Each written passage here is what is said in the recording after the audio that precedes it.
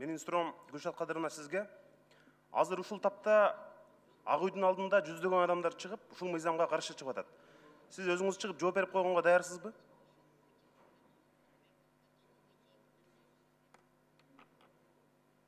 Гүлшат Кадыровна, микрофон бергиле. Спасибо за вопрос.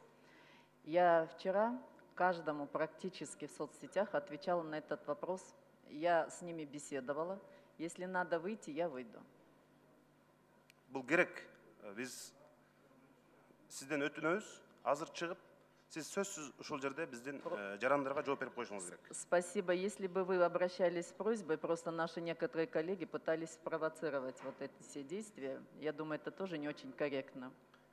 Экинчи суроом өкмөткө. Кантип көзөмөлдөйсүңөр? Бул мыйзамды окуп чыктым мына, баарын. Кантип көзөмөлдөйсүңөр? Ушундай мүмкүнчүлүк барбы бизде?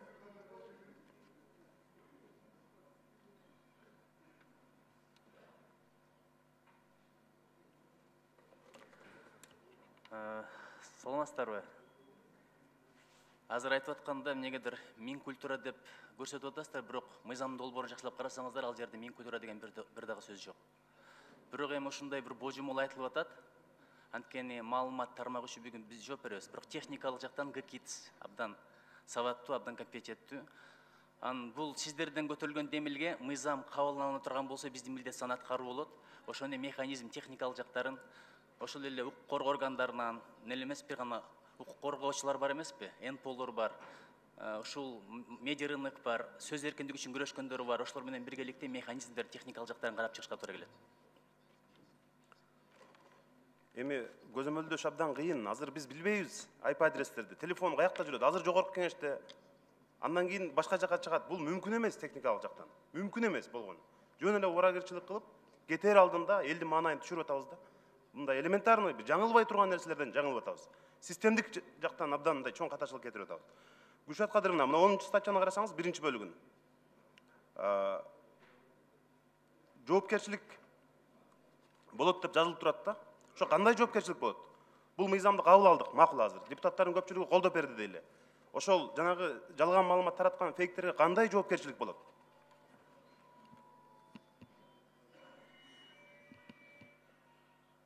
Жанар Кованачевич, дело в том, что там ответственности нету ни уголовной, ни административной, нет штрафных санкций, только обращение граждан в суд. Анда мыйзамдын не кереги бар анда? Эмне кабыл алып атабыз анда? Эч кандай жоопкерчилик жок болсо, чара көрүлбөсө, жөн эле анда биз бийликке каршы элдин маанайын курчутуп атыппыз да анда. На сегодняшний день, как уже писали, законопроект действующий регулирует уже взаимоотношения граждан со средствами массовой информации. В связи с тем, что интернет, он стал позже, и взаимоотношения между пользователями и средствами соцсетей, они остались вне зоны действующего законодательства. И поэтому этот пробел просто регулируется. Там идет право на защиту своей чести, достоинства и репутации любому гражданину. Никакого ограничения свободы слова, выражения своего мнения нет в данном законопроекте. И, пожалуйста, такую подоплеку туда подводить не надо. Нет нарушения конституционных норм вообще. Мен дагы ошону айтып атам да. Бизде азыр мыйзамдар жетиштүү. Эгерде кимдир бирөө жанагындай ар кандай бир туура эмес чакырыктарды салса, мыйзам бузса, аны интернеттен азыр деле мыйзамдарда бар. Аны алып келип жоопко тартып атат. Өкмөт күч органдары талап келип кечирим суратып атпайсыңарбы эмичи? Эгер өзүнүн атынан жазса, кечирим суратсаңар, анан алар коркот да, мисалчы. Ошентип эми билбейм мен, мындай баарыбызды жамандайт. Мына фейктер мени дагы көрдөн алып жерден алып көргө тыгат. Бирок биз чыдашыбыз керек да. Саясатка келгенден кийин баарыбыз чыдашыбыз керек да, андан коркпошубуз керек. Ушу 5 жыл ичинде көпчүлүк мыйзамдарыбыз, урматтуу депутаттар, тыйыш керек, чектеш керек деген гана көп маселелерди абдан карадык да. Ушул туура эмес эми, элдин абдан да бир назарынан калып атабыз.